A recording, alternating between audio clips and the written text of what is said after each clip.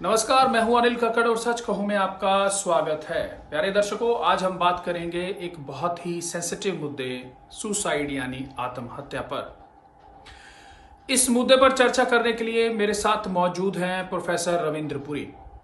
Professor Ravindra Puri head of the department हैं psychology के और जीएनसी में सिरसा में अभी फिलहाल अपनी सेवाएं दे रहे हैं।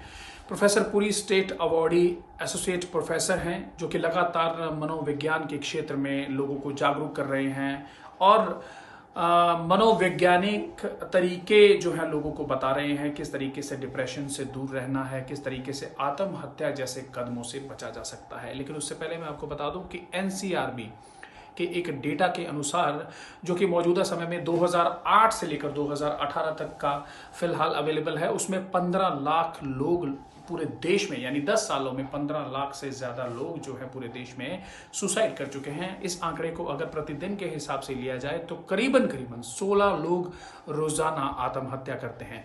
हम आत्महत्या के मुद्दे पर बात इसलिए भी कर रहे हैं क्योंकि गत दिवस बॉलीवुड के एक्टर सुशांत सिंह राजपूत ने बॉम्बे में अपने घर में सुसाइड किया है। उसी बीच एक और खबर भी आई थी कि 3 बच्चे जो हैं, स्कूली बच्चे, क्योंकि उनकी परीक्षा का परिणाम जो है अच्छा नहीं आया तो उन्होंने साउथ साइड में सुसाइड किया। तो ऐसी रोजाना घटनाएं आ रही हैं। इसी बीच कोविड-19 के इस दौर में भी बहुत से लोगों ने, चाहे वो डॉक्टर हों, मरीज हों, भय के कारण, डर के कारण सुसाइड कर चुके हैं।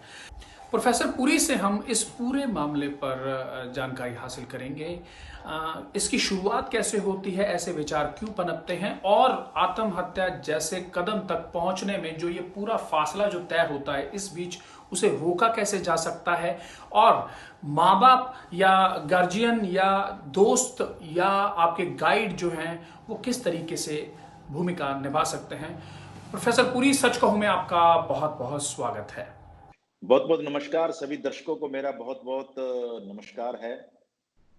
जी पुरी साहब, सबसे पहला सवाल तो यही है कि आत्महत्या जैसा विचार कब, क्यों आता है? देखिए, आत्महत्या के बारे में मैं आपको सबसे पहले ये बता दूं कि आत्महत्या, सुसाइड के जो विचार हमारे मन में आते हैं, एक मानसिक बीमारी होती है जो बहुत कॉमन है, जिसका नाम है डिप्रेशन। डिप्रेशन नाम की जो बीमारी है, ये देखा गया है कि जी जो लोग डिप्रेशन में होते हैं, कई बार उनके मन के अंदर सुसाइडियल थॉट्स आने लग जाते हैं और कई बार वो अटेम्प्ट भी करते हैं। और कुछ लोग दुर्भाग्यशाली होते हैं, वो कामयाब भी हो जाते हैं। यहाँ एक चीज बहुत समझने की है, वो ये है कि जी सुसाइड की जो कुछ लोगों की प्रवृत्ति होती है, कुछ लोगों की जिंदगी में ऐसा होता है, उनका सोचने का नजरिया ऐसा होता है कि उनकी जिंदगी में आर पार की सोच होती है कि या तो हम मर जी जाएंगे या हम मार देंगे। इस तरीके के लोग, समझिएगा, जिनको जी डिप्रेशन ज्यादा होता है, वो उन लोगों में प्रोननेस ज्यादा होती है। जिन लोगों के अंदर आर पार की सोच ज्यादा होती है, उन लोगों में होती है।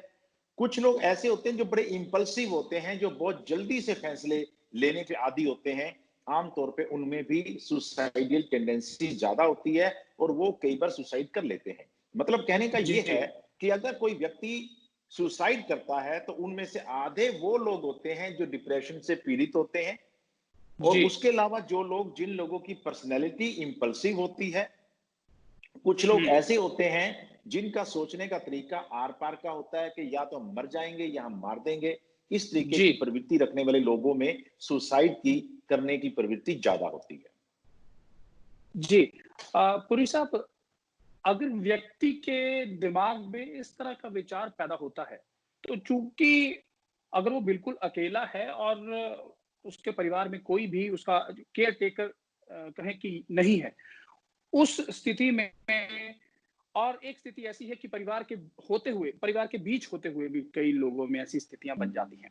लक्षण क्या होते हैं पुरी साहब, अगर पहचानना हो कि यह जो है ऐसा कदम आ सकता है, तो उसमें बिल्कुल लक्षण क्या बिल्कुल। क्या देखे जा सकते हैं? हाँ, आपने बहुत अच्छा सवाल पूछा है। ये सवाल मुझे लगता है कि बहुत मायने रखता है। आज जो दर्शक इस समय हमारे साथ जुड़े हुए हैं, अगर जी वो इस सवाल का जवाब अच्छी तरीके से समझ लेंगे, तो हो सकता है कि हम लोग अपनी जिंदगी में किसी एक जिंदगी को बचाने में कामयाब हो सकते हैं। जी तो बहुत मैं अच्छा। अपनी जी बात जो रखना चाह रहा हूं, सबसे पहली चीज ये है कि आप ये समझिए कि अगर आपके घर में कोई व्यक्ति ऐसा है जो डिप्रेशन से पीड़ित है, तो पहली तो बात ये है कि आपको उसका ध्यान रखना शुरू कर देना चाहिए। उसका कारण जी, है कि जो डिप्रेशन के पीड़ित लोग होते हैं, उनमें सुसाइड करने की प्रवृत्ति कंपैरेटिवली ज़्यादा होती है। दूसरी बात है कि अगर किसी व्यक्ति को कोई भी जी। साइकोलॉजिकल डिसऑर्डर है, किसी भी प्रकार हुँ, का डिसऑर्डर है, तो आमतौर पे ये देखा गया उनमें भी सुसाइड की प्रवृत्ति थोड़ी बढ़ जाती है, क्योंकि वो हुँ। सारे दिन अपने मानसिक रूप से तंग होते रहते हैं। तो कई बार वो इतने तंग हो जाते हैं कि वो सोचते हैं कि हम अपनी जीवन लीला को समाप्त कर लें। तो पहली जी, चीज तो आपको सभी लोगों को, दर्शकों को मैं बता दूं कि जो लोग डिप्रेशन में पीड़ित हैं या किसी मानसिक बीमारी से पीड़ित हैं, सबसे पहले तो हमने उन लोगों का ध्यान रखना है, ये बहुत जरूरी चीज है। दूसरी बात यह है कि जब भी कोई व्यक्ति सुसाइड करने का विचार बनाता है, याद रखिए जी। वो हमेशा उससे पहले बहुत सारे संकेत देने शुरू कर देता है। बातों बातों में बोलना शुरू कर देता है, जिंदगी क्या है, जिंदगी का सार क्या जी, है, जिंदगी में कुछ नहीं रखा है, ऐसे क्या है। वो जो इंस्टीट्यूशंस हैं, सोशल इंस्टीट्यूशन जैसे परिवार है, दोस्त हैं, उनको भी धीरे धीरे करके वो छोड़ना शुरू कर देता है।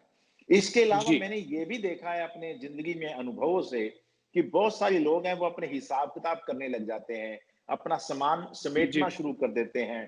फेसबुक पे जी, या सोशल मीडिया पे भी कुछ इस तरह की पोस्ट वो डालना शुरू कर देते हैं।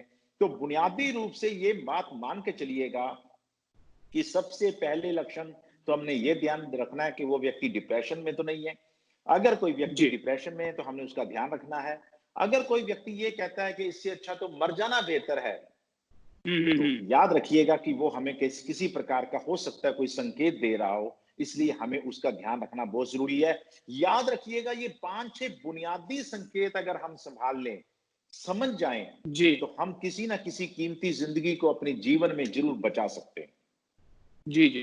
ये बात विचारों से संबंधित हुई है, लक्षणों से संबंधित हुई है, लेकिन मैं यही भी जानना चाहूँगा कि जोखिम क्या-क्या हो सकते हैं? सुसाइड एक लास्ट जो है आप कहें कि पड़ाव रह जाता है, लेकिन उससे पहले के जोखिम क्या हो सकते हैं? परिवार में क्या-क्या जोखिम हो सकते हैं यदि कोई व्यक्ति इस तरीके की चीज़ सोच रहा है? देखिए, पहली चीज तो ये है कि जो लोग सुसाइड करने का विचार बना रहे होते हैं, कई बार ऐसा देखा गया है कि वो अपने साथियों को, अपने परिवार को, अपने दोस्तों को, छोटे बच्चों को, कई बार वो उनको भी प्रेरित कर सकते हैं। जी, ऐसा बहुत बार आप लोगों ने देखा होगा कि कई बार एक ही फैमिली के 5-6 लोग मास सुसाइड। इकट्ठे जी, जी, मास सुसाइड सुसाइड। करते हैं। बिल्कुल। जैसे जी, आपने जी, जी। देखा था कि दिल्ली में एक कांड हुआ था जिसके अंदर परिवार के 13 लोगों ने एक साथ सुसाइड किया था। सुसाइड किया। तो जी, इस जी। तरीके की जो घटनाएं हैं, ये बहुत खतरनाक होती है, क्योंकि क्या होता है कि एक छोटा बच्चा है, उसको बात समझ नहीं आ रही है, या हुँ, महिलाएं हैं, हस्बैंड हुँ, वाइफ हैं, और वो बैठकर हस्बैंड अपनी बीवी हुँ, को समझा रहा है कि भैया अपने हुँ, सामने अब हुँ, अंधेरा ही अंधेरा है, क्यों ना हम दोनों सुसाइड कर लें। बीवी सुसाइड नहीं हुँ। करना चाहती है, लेकिन वो उसे मोटिवेट कर सकता है। तो सबसे जी, बड़ा हमारे जी, लिए जोखिम ये है। उसके अलावा हमारे पास जो जोखिम ये है कि जब वो सुसाइडियल अटेम्प्ट्स किए जाते हैं, कई बार जी। वो अटेम्प्ट जो है वो कामयाब नहीं होते हैं, और उसका नुकसान ये होता है कि बहुत सारे लोग अगर छत से छलांग मारते हैं, बहुत सारे लोगों को पैरालिसिस हो जाता है। बहुत सारे हुँ, लोगों को, मैं ऐसे लोगों को जानता जिन्होंने गाड़ी के सामने आके आत्महत्या करने का विचार किया, लेकिन मरे नहीं, लेकिन उनकी एक दो बाजू या हुँ। हाथ या पैर इस तरीके से वो हैंडीकैप हो गए। तो ये जो इस तरह के जोखिम है, और तीसरा जो बहुत महत्वपूर्ण जोखिम है, वो ये है कि इस तरह के लोग जो है वो आम जिंदगी की मुख्य धारा से अपने आप का नाता तोड़ लेते हैं, और धीरे धीरे वो दुनिया से कटते जाते हैं। उसका नतीजा ये होता है कि जो घर के काम धंधे हैं, कई बार वो भी फेल हो जाते हैं। तो ये 3 तरह के जोखिम, नंबर 1, जी, वो किसी को प्रेरित कर सकता है अपने साथ सुसाइड करने के जी, लिए, पहली चीज। जी, दूसरी बात है कि वो सुसाइडियल अटेम्प्ट के अंदर अपने शरीर के किसी अंग को खो सकता है। और तीसरी चीज, जी, आमतौर पे ये देखा गया है कि वो जो सुसाइड करने से पहले अपने काम धंधे बंद करने की उसकी सोच बन जाती है, धीरे धीरे वो अपने बिजनेस को ठप करने की तैयारी करने लग जाता है। तो देखिए, आप लोगों के जी, ये एक बात, जितने भी दर्शक इस समय यहाँ पे जुड़े हुए हैं, मैं तमाम दर्शकों को जी, ये कहना चाहता हूँ, बार बार मैं आप लोगों को कह रहा हूँ कि ऐसा नहीं होता है कि किसी व्यक्ति के मन में कोई विचार आ रहा हो सुसाइड करने का, और वो किसी को जी, संकेत ना दे और सीधा सुसाइड कर ले। ऐसा बिल्कुल जी, नहीं होता है। याद जी, रखिएगा, अगर हम थोड़े से जागरूक हो जाएं, सचेत हो जाएं, हम थोड़े से सेंसिटिव हो जाएं, तो हम किसी ना किसी जान को जरूर बचा सकते हैं। मैं आपको ये कहना चाहता हूं कि अभी कल की बात ही जैसे मैं आपको बता रहा हूं कि हुँ, सुशांत सिंह ने जब आत्महत्या की तो उसके बाद मैंने एक फेसबुक पे वीडियो डाली। उस जी, वीडियो के बदले में मेरे पास अब एक सैलाब आ गया है लोगों का, फोन कॉल्स का, मैसेजेस का, कि उनकी जिंदगी में भी इस तरीके के दर्द हैं, वो बात करना चाहते हैं। अब याद रखिएगा कि हर समय आप लोगों को घर पर मनोवैज्ञानिक उपलब्ध नहीं हो सकते हैं। आपके जी, जी, पास जी, बात करने के जो सबसे अच्छे लोग हैं, वो आपके परिवार के सदस्य हैं, आपके दोस्त हैं, आपके मिलने वाले हैं, आपके हमपेशा लोग हैं, आपके वर्क प्लेस पे काम करने वाले लोग हैं। आज का दिन जो बूढ़े लोग हैं उनके सम्मान का अंतरराष्ट्रीय डे भी है। जी, और मैं यहाँ पे ये भी कहना चाहता हूं कि जिन लोगों के घरों में बुजुर्ग लोग हैं, आप हुँ, उनकी सुविधा का फायदा उठाइएगा। वो लोग हुँ, किसी मनोवैज्ञानिक से कम नहीं है। अगर बिल्कुल आप जी, उनको बिल्कुल। इज्जत मान जी, देते हैं, आप उनसे पूछते हैं, तो हुँ, आपकी बहुत सारी समस्याओं का हल हो सकता है। तो हुँ, आपने अभी बहुत बेहतरीन सवाल आप पूछ रहे हैं कि हुँ, पहला सवाल आपका जो था कि आखिर हमें क्या लक्षण दिखाई देंगे, ये लक्षण समझने हुँ, जरूरी है। अभी आप लोगों ने हुँ, समझे, अभी आप हुँ, लोगों ने ये समझा कि क्या जोखिम हो सकते हैं ऐसे जी, लोगों की जिंदगी में, जो लोग डिप्रेशन से पीड़ित हैं, जो लोग सुसाइडल टेंडेंसीज रखते हैं। और ये हुँ, याद रखना भी जरूरी है कि अगर हम किसी व्यक्ति में डिप्रेशन है तो आज की तारीख में हम लोगों को डिप्रेशन के इलाज हमारे पास मौजूद हैं।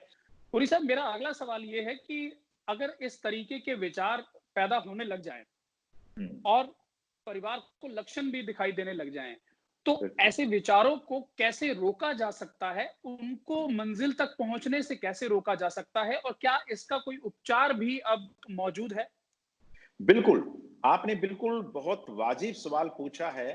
और मैं इस समय दर्शक जो हैं मेरे सारे इस समय जुड़े हुए हैं। इस जी, चैनल के माध्यम से हम लोग बातचीत कर रहे हैं। मैं साधुवाद देना चाहता हूँ चैनल को कि एक बहुत ही गंभीर और बड़े सेंसिटिव मुद्दे को आपने उठाया है। जी, देखिएगा, सबसे पहली चीज़ ये है कि मैंने आपको अभी पहले बताया था कि जब भी कभी किसी व्यक्ति के मन में सुसाइडल थॉट्स आते हैं, तो वो अकेले नहीं आते, उसके अंदर डिप्रेशन भी होता है। तो जी, पहली बात तो हमें ये समझनी चाहिए कि हम लोगों को डिप्रेशन का इलाज करवाना चाहिए। और ये जो डिप्रेशन का इलाज है, वो कुछ लोग ऐसा सोचते हैं कि वो झाड़ फूछ वाले सियानों के पास पहुंच जाते हैं, और जी, कई बार वो कुंडली दिखाने पहुंच जाते हैं, कभी कभी वो हाथों में नग पहन लेते हैं, और बहुत सारे टूना भी बहुत सारे लोग मतलब के करते हैं। याद रखिएगा, इन चीजों से कोई फायदा नहीं होने वाला है। अगर जी, आपने किसी व्यक्ति को डिप्रेशन से बचाना है, तो सबसे पहली बात यह है कि अगर उसका डिप्रेशन इस तरह का है कि उसको दवाइयों की जरूरत है, तो उसे बाकायदा से दवाइयां मिलनी चाहिए। बहुत सारे जी, डिप्रेशन ऐसे होते हैं जिनमें दवाइयों के बिना भी उसका इलाज हो सकता है। तो वहां पर मनोवैज्ञानिकों की जरूरत रहती है। कई बार क्या होता है, उदासी बड़े छोटे लेवल की होती है। वहां पर उदासी दूर करने के लिए बहुत सारे, अभी हम आगे जैसे आपकी ये बातचीत होती रहेगी, हम उन विषयों के ऊपर भी चर्चा करेंगे कि डिप्रेशन से बचा कैसे जा सकता है। लेकिन वो जी, जी, बात की बात है। पहले जो आपका सवाल है वो ये है कि इनको रोका कैसे जाए। तो ये जी, तमाम चीजें जो हैं, पहले आपने ये देखना है, डिप्रेशन है तो डिप्रेशन का इलाज होना चाहिए, पहली चीज है। दूसरी बात ये है कि अगर मन के अंदर विचार लगातार आ रहे हैं, तो डिप्रेशन नहीं है, तो एक बीमारी होती है जिसको हम बोलते हैं ऑब्सेसिव कंपल्सिव डिसऑर्डर, जिसके अंदर जी, दिमाग के अंदर कोई एक गंदा विचार, ऐसा विचार जिसको वो भी पसंद नहीं कर रहा है, वो विचार जी, बार बार आता है।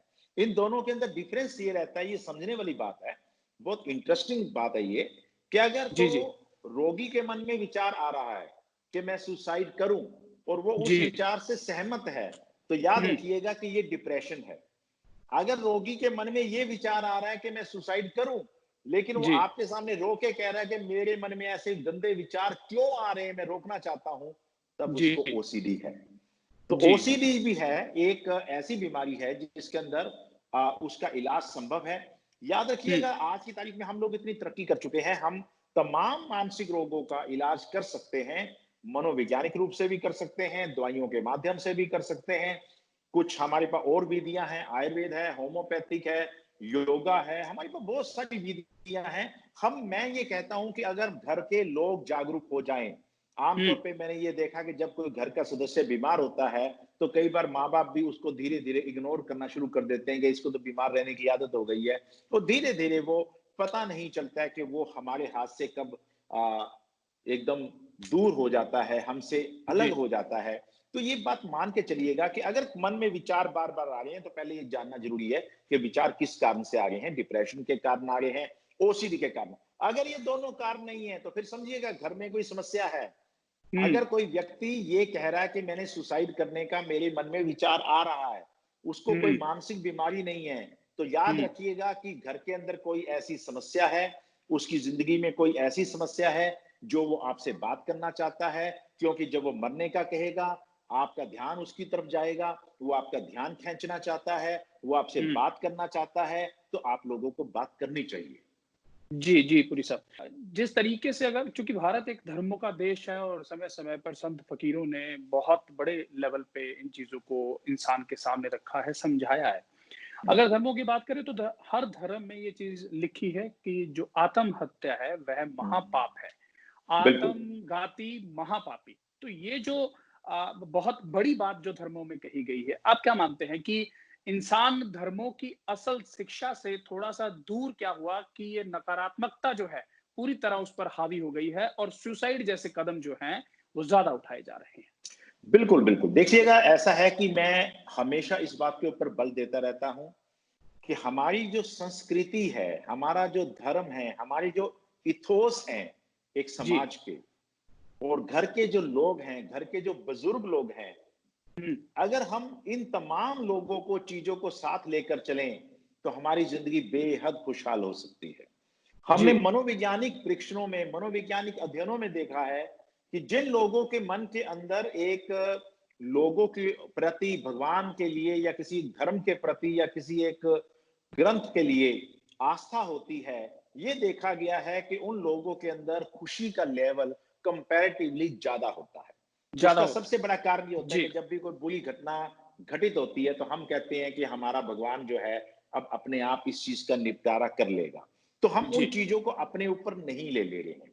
तो ये जी, जी। मान के आपने चलना है। और जितने भी धार्मिक ग्रंथ हैं, वो जी। बुनियादी रूप से एक दर्शन शास्त्र है, एक प्रकार का फिलॉसफी है, जी। एक तरह की फलसफा है। उस फलसफे के माध्यम से हमारे जो गुरु थे, हमारे जो हुँ। भगवान थे, उन्होंने हमें बहुत सारी चीजों के मैसेज देने की कोशिश की है। आप जी। देखिएगा कि गीता का उपदेश ही अगर हम लोग लेके चलें, तो हुँ। गीता के उपदेश के अंदर भी हमारी एक बड़ी महत्वपूर्ण थेरेपी है जिसका नाम होता है कॉग्निटिव बिहेवियरल थेरेपी, जिसको हम जी। शॉर्ट के अंदर सीबीटी बोलते हैं।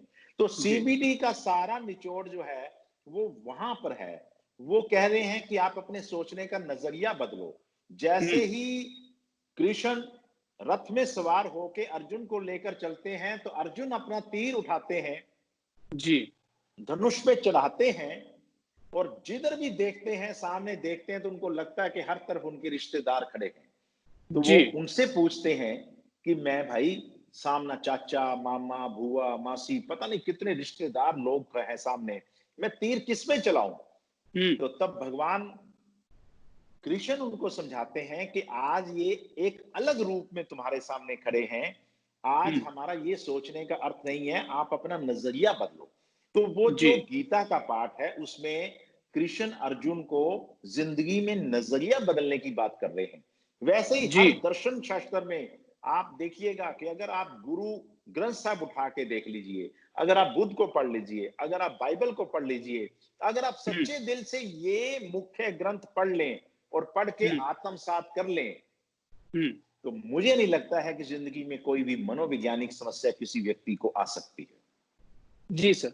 आपने बाकी जो सवाल हैं उनका बड़े बखूबी से जवाब दिया है। तो ख़ास तौर पर जो एक आंकड़ों की अगर मैं बात करूँ तो आंकड़ों में जो 15 से लेकर 39 साल का जो व्यक्ति है, इस हम्म, देश में बात करें तो 15 साल का किशोर और 39 साल का एक मैच्योर पूरी तरह मैच्योर हम्म, व्यक्ति, हम्म, ये जो एक कैटेगरी है उम्र हम्म। की, सबसे ज़्यादा सुसाइड्स जो हैं इसी कैटेगरी में होती हैं। आप क्या मानते हैं घर का माहौल ज्यादा जिम्मेदार होता है ऐसे बड़े कदम उठाने के पीछे, और घर का माहौल कैसे बदला जा सकता है ताकि बच्चों, क्योंकि किशोर को आप बच्चा ही मानिए, बच्चों से लेकर एक जो है पूरा मेच्योर अधेड़ व्यक्ति तक ऐसा कदम उठाने के लिए मजबूर हो जाता है। बिल्कुल, देखिएगा, ये आपने जो सवाल उठाया है, ये एक इसलिए बहुत बात इसके ऊपर करनी जरूरी है कि ज्यादातर तो केसेस के अंदर, जैसे मैंने आपको बताया कि डिप्रेशन कारण होता है, लेकिन एक सुसाइड करने का बहुत बड़ा कारण जो होता है वो प्रेम प्रसंग भी होते हैं। जी। जो लव रिलेशनशिप्स होते हैं, जो रिश्ते होते हैं इस तरीके से। और मैं ये मान के आमतौर पे चलता हूं कि जब भी कभी एक्स्ट्रा मैरिटल अफेयर्स होते हैं तो वहां पर इस तरीके की घटनाएं बहुत घटित होती हैं। या एक घटना का कारण, जो सबसे बड़ा कारण जो होता है सुसाइड का, वो होता है बच्चों का पढ़ाई में फेलियर होना।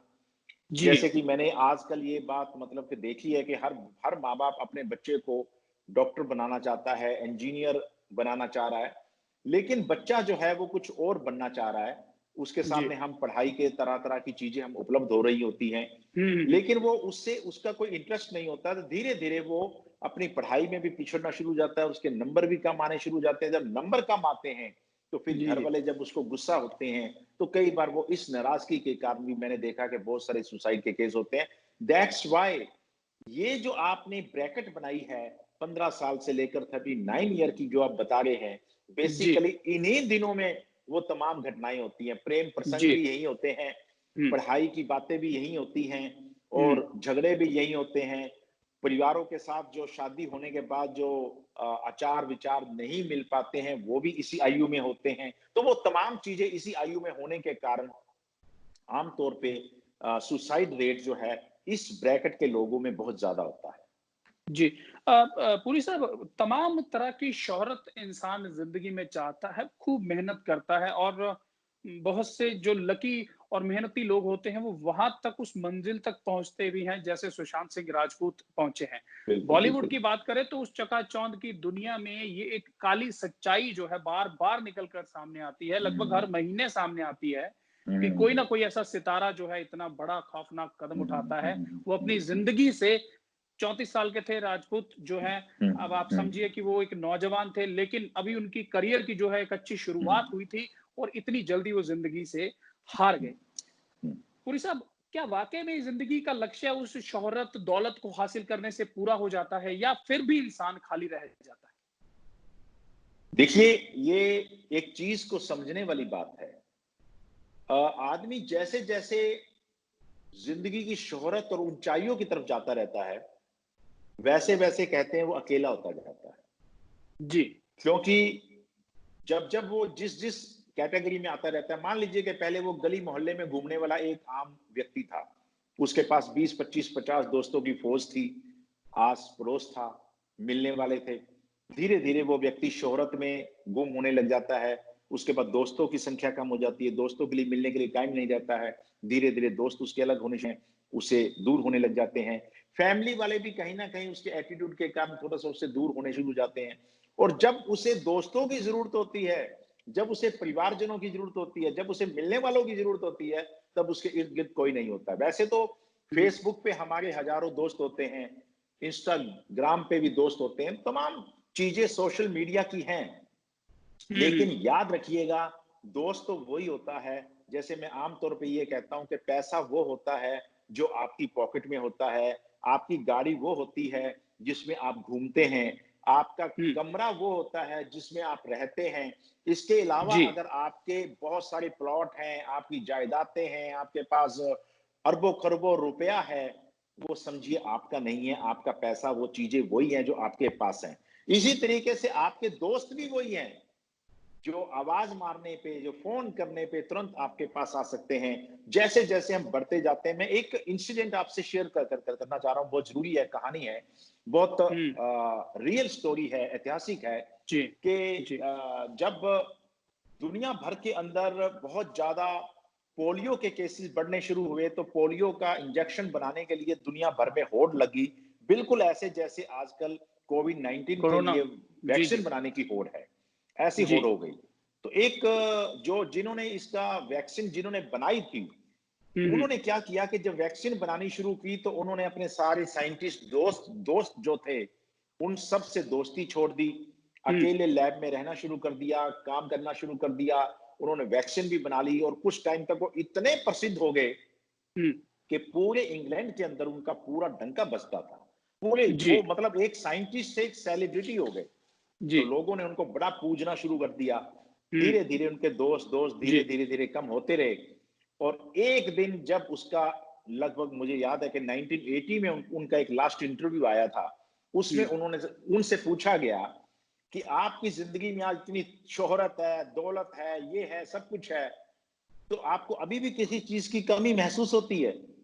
जी। तो उनका जवाब था, दोस्तों की कमी महसूस होती है। जी। जी। याद जी रखिएगा बिल्कुल। कि जैसे जैसे हम ऊपर चलते रहते हैं, कभी कभी हम अपने दोस्तों को छोड़ देते हैं। मेरा तमाम लोगों से मशवरा है, चाहे आप कैसी भी हालात में हो, कितने भी अमीर हो जाओ, किसी हम्म। भी स्टेटस पे पहुंच जाएं, जो वो आपके बचपन के दोस्त हैं, जो आपके साथ गिल्ली डंडा खेलने वाले दोस्त हैं, जो आपके साथ वीडियो गेम खेलने वाले दोस्त हैं, जो आपके स्कूल के दोस्त हैं, आप उनका साथ कभी मत छोड़िएगा। और मैं आपको बता दूं कि दुनिया के बहुत अमीर आदमी हैं दो, एक हम्म। बिल गेट्स हैं और एक वैरेन बफे हैं। ये दुनिया के हम्म। अमीरतम पहले 10 लोगों में से हैं, लेकिन दोनों जी। जी। आज भी दोनों की उम्र में काफी गैप है, उसके बावजूद भी रोज शाम को बैठकर किसी जगह ताश खेलते हैं, गप्पे मारते हैं, टाइम अपने साथ एक दूसरे के साथ व्यतीत करते हैं।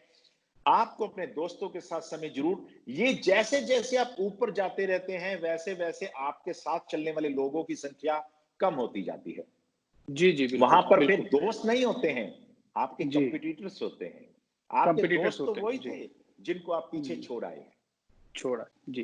पुरी साहब, आपने कोविड-19 की बात की तो मेरा सवाल इससे भी जुड़ा हुआ है कि क्या कोविड-19 की वजह से भी, क्योंकि लोगों को आइसोलेशन में भी रहना पड़ा है, लोग अपने घरों में कैद हैं, चाहकर भी बाहर नहीं जा सकते, घूमने नहीं जा सकते, दोस्तों के घर नहीं जा सकते, बहुत सी पाबंदियाँ हैं, बहुत से नियम फॉलो करने पड़ते हैं। क्या इस आइसोलेशन की वजह से भी कोई ऐसा स्टेप जो है लोगों द्वारा उठाया जा सकता है? क्योंकि जो मैं एक आंकड़ा आपके साथ दोबारा शेयर करूँगा कि एक मई महीने को साथ में ले लें और ये जो चल रहा है जून महीना, इस करीबन-करीबन 2 महीने का अगर डेटा देखें तो 200 से ज़्यादा लोगों ने पूरे देश में इस वजह से आइसोलेशन में अकेलेपन की वजह से सुसाइड किया है। बिल्कुल, आपने बिल्कुल सही कहा है। आइसोलेशन जो है, क्योंकि मैं आपको पहले ये बता रहा हूँ कि ज़्यादातर डिप्रेशन के केसेज़ उन लोगों में ज़्यादा सुसाइड के केसेज़ उन लोगों में ज़्यादा होते हैं जिन लोगों को डिप्रेशन होता है। पहली बात तो मैंने आपको पहले जी। यही बोली थी। और जी। डिप्रेशन का और अकेलेपन का बहुत एक समझ लीजिए नाता है आपस में।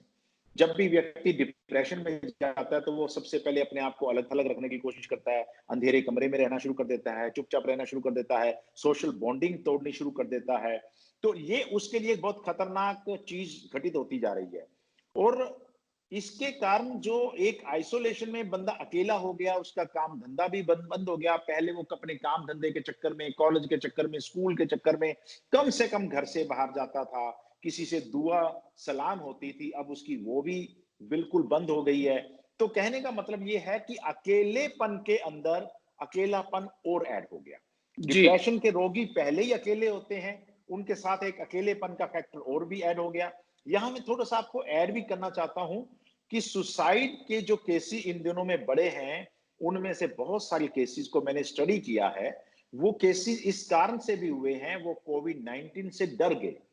जी। जैसे कि सबसे पहला जो कोविड 19 से डर के मारे केस आया था, वो साउथ इंडिया में आया था, जहां पर जी। एक व्यक्ति को यह पता चला कि कहीं उसको कोविड 19 तो नहीं है।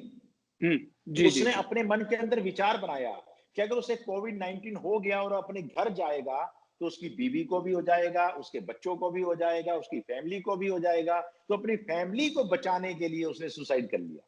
जी, फिर जी। उसके बाद दिल्ली के अंदर एक डॉक्टर ने किया। ये तमाम लोगों ने जिन्होंने सुसाइड या कोविड 19 से डर के किया, तमाम लोगों ने ज्यादातर इसलिए किया कि उनकी अपने परिवारों के साथ भी कुछ की बॉन्डिंग थी। उनके मन हुँ। में ये एहसास आया कि ऐसा ना हो, क्योंकि क्या है कि जब भी कोई बीमारी आती है तो उसका एक बड़ा स्वरूप हमारे सामने पेश किया जाता है। मीडिया है, सोशल मीडिया है। वर्ल्ड हेल्थ ऑर्गेनाइजेशन ने कहा है कि जो सोशल मीडिया पे बातें आ रही हैं, उनमें से 27% बातें सरासर झूठ और गलत हैं। वैसा जी, बिल्कुल नहीं होता है, जैसे जी, कोविड 19 के बारे में भी हो रहा है। कोविड 19 जो है, बहुत कम केसेस के अंदर बहुत खतरनाक रूप में आता है। जी, ज्यादातर लोगों को तो पता ही नहीं चल पाएगा कि उनको कोविड 19 हो गए, वो ठीक हो गए हैं। बहुत जी, सारे जी, लोगों को थोड़े से सिम्टम्स आएंगे। तो जाहिर सी बात है, आइसोलेशन और प्लस कोविड 19 का जो एक बहुत बड़ा प्रचार प्रसार जी, मीडिया में हुआ था, सोशल मीडिया में हुआ था, उसके डर के कारण भी लोगों ने सुसाइड किए थे। जी। पुरी साहब, किसान भी बहुत बड़ी संख्या में 10,000 से ज़्यादा जो है आंकड़ा हर साल रहता है किसानों की हम्म, सुसाइड का भी। चूँकि उनके कारण अलग हैं। कहीं न कहीं डिप्रेशन भी उनका एक कारण होता है। वो आर्थिक जो है आधार पर उनका डिप्रेशन जो है हो जाता हम्म। है, लोन की वज़ह से, परिवार की आर्थिक हालत की वज़ह से। उन किसानों के लिए भी आप कोई मैसेज देना चाहें तो? देखिएगा, मैं जब भी कभी कोई किसान देश भर में सुसाइड करता है, तो मैं कभी ऐसी खबर पढ़ता हूं तो मुझे बेहद ज्यादा दुख होता है, क्योंकि हमारे भारत की इकोनॉमी का 70% हिस्सा जो है, वो समझिएगा कि किसान यानी कि एग्रीकल्चर से जुड़ा हुआ है। जी, और किसान एक ऐसा व्यक्ति होता है, जब अब ये जून का महीना होता है, अप्रैल का महीना होता है, जब पूरी गर्मी होती है, शिखर दोपहर के अंदर भी वो अपनी फसल को काटते हैं, फिर उसको संभालते हैं, सहेजते हैं, फिर हम उसी का खाना खाते हैं। तो मैं जी, तो ये समझता हूं कि जो किसानों का हमारे ऊपर उपकार है, वो कभी भुलाया नहीं जा सकता है। वो हमारे लिए एक भगवान से कम नहीं है। जी, लेकिन जब वो सुसाइड करते हैं, तो उसके पीछे बहुत सारी वजह भी होती हैं। सबसे बड़ी वजह ये होती है कि जो किसान है, ज्यादातर उन लोगों को ये मालूम नहीं होता है कि उनके पास जिंदगी में और क्या-क्या रास्ते हैं। जैसे जी, कि मैं आपको ये बताना चाह रहा हूँ कि मेरे पास एक दिन एक छोटा किसान आया और वो बताया कि उसने बहुत सारे लोन उठाए हुए हैं, बहुत सारी मतलब फैसिलिटीज उसने उठा रखी है। अब जी, फसल जी, उसकी खराब हो चुकी है, उसके पास मतलब के पैसा नहीं है, उसके पास ये नहीं है। लेकिन मैंने उसको बहुत सारे रास्ते सुझाए और मैंने ये देखा कि वो किसान जो अपनी जमीन जोत रहा था पहले, उसने एक फैक्ट्री में जाके काम करना शुरू किया, उसने अपने बच्चों को भी उस काम पे लगाया। और मुझे ऐसा महसूस होता है कि अगर हम थोड़ा सा डाइवर्सिफाई कर लें, जी, जो किसान अपने व्यापार काम धंधे को थोड़ा डाइवर्सिफाई कर लें, जैसे जी, कि जी, आपने एक आपके पास 5 एकड़ लैंड और 5 एकड़ की 5 एकड़ लैंड के अंदर अगर आपने एक ही जैसी कोई चीज बो दी और वो मौसम के कारण से या किसी भी कारण से वो खराब हो गई सारी की सारी, तो आप बहुत बड़े एक किस्म के सदमे में आ सकते हैं। तो जी, मेरा जी, जी, किसानों के नाम एक संदेश है कि वो थोड़ा थोड़ा अपने आप को डाइवर्सिफाई करने की कोशिश करें। कुछ सब्जियां भी हैं, कुछ और सामान भी है, वेजिटेबल्स भी हैं, कुछ और प्रकार की भी जो काम मतलब के कर सकते हैं। नई नई टेक्नोलॉजी भी आ गई है, नए नए काम। तो आप लोग मतलब किसानों को ये मान के चलना होगा कि अब केवल एक चीज के ऊपर आश्रित रहना ठीक बात नहीं है। ज्यादातर किसान जो एक ही काम धंधे पर आश्रित होते हैं, जब उनको पैसे की जरूरत होती है, तब उनके आड़ती उनको पैसा नहीं दे रहे होते हैं। गवर्नमेंट की ओर से वो पहले जितनी सहायता उनको मिल सकती है, वो ले चुके होते हैं। उसके अलावा आस पड़ोस वालों से भी वो मांग चुके होते हैं। तो फिर क्या होता है कि एक एक दुकानदार ने अगर उधार लिया, तो वो हो सकता है कि उसको ये उम्मीद होती है कि मेरी 5 दिन या हफ्ते के बाद मैं वापस कर दूंगा। लेकिन किसान की फसल तो 6 महीने के बाद आनी है। तो ये जी, एक जी। बहुत बड़ा दुर्भाग्यशाली उनके लिए बात होती है। तो मेरा किसानों हुँ, के नाम संदेश है कि अगर कभी आपको ऐसी मुश्किल की घड़ी दिखाई दे, तो याद रखिएगा, अपने आप को डाइवर्सिफाई करने की कोशिश कीजिएगा। जिधर आप देख रहे हैं, उधर से मुंह घुमाकर कभी इधर, कभी पीछे, कभी दाएं बाएं, आपके सामने कोई ना कोई रास्ता दिखाई देना शुरू हो जाएगा। ऐसा जी, जी। कोई हालात नहीं होती है कि हमारे सामने बिल्कुल रास्ते बंद हो जाए, ऐसा कभी नहीं होता है। जी, पुरी साहब, आपने बहुत ही विस्तार से हर चीज़ के बारे में, हर सवाल के बारे में आपने बहुत बेहतरीन जवाब दिया और मेरे को लगता है कि दर्शकों को बहुत ज़्यादा फ़ायदा होगा, ख़ास तौर पर उन्हें जो खुद किसी हल्के डिप्रेशन में हैं, हल्की उदासी में हैं या डिप्रेशन में हैं या उनका कोई सगा-संबंधी इस डिप्रेशन में है, उनको ज़रूर फ़ायदा होगा आपकी इस बातचीत से, आपके सुझावों से। आपने सच कहूँ के लिए अपना समय निकाला। प्रोफ़ेसर साहब, आपका बहुत-बहुत शुक्रिया। सभी दर्शकों को मेरी तरफ से बहुत बहुत नमस्कार। मैं बिल्कुल एंड में एक बात जरूर बोलना चाहता हूँ। जी, जी। दोस्तों के साथ रहिएगा, लोगों के काम आइएगा, लोगों से बातचीत कीजिएगा, हंसी ठिठोली भी कीजिएगा, अपने आप को शारीरिक रूप से एक्टिव रखने की कोशिश में रहिएगा। और जब कभी आपको उदासी आए तो तब एक मेरा बहुत अच्छा फार्मूला जो मैं बहुत रोगियों पे अपना चुका हूँ। जब भी आप उदास होते हैं, जब भी आप डिप्रेशन में आते हैं, आपका मन करता है कि मैं ये भी ना करूं, ये भी ना करूं, ये भी ना करूं, उस समय हुँ, एक फार्मूला पकड़ लो तो आपको कभी डिप्रेशन नहीं आएगा। और वो फार्मूला है कि जो काम करने का दिल ना करे, मन ना करे, उसको जरूर करो। जी, नहाने जी, का मन जी। नहीं है तो नहाइएगा, बाहर जाने हुँ, का मन है तो नहीं मन है तो जरूर जाइएगा, किसी से बात करने का मन नहीं है तो जरूर बात करने की कोशिश कीजिएगा। वो कीजिए जिसके लिए आपका मन आपको रोक रहा होता है। बहुत बहुत नमस्कार, बहुत बहुत धन्यवाद। देश विदेश की तमाम खबरों से जुड़े रहने के लिए सब्सक्राइब करें सच कहूं और बेल आइकन प्रेस करके पाएं हर लेटेस्ट अपडेट सबसे पहले।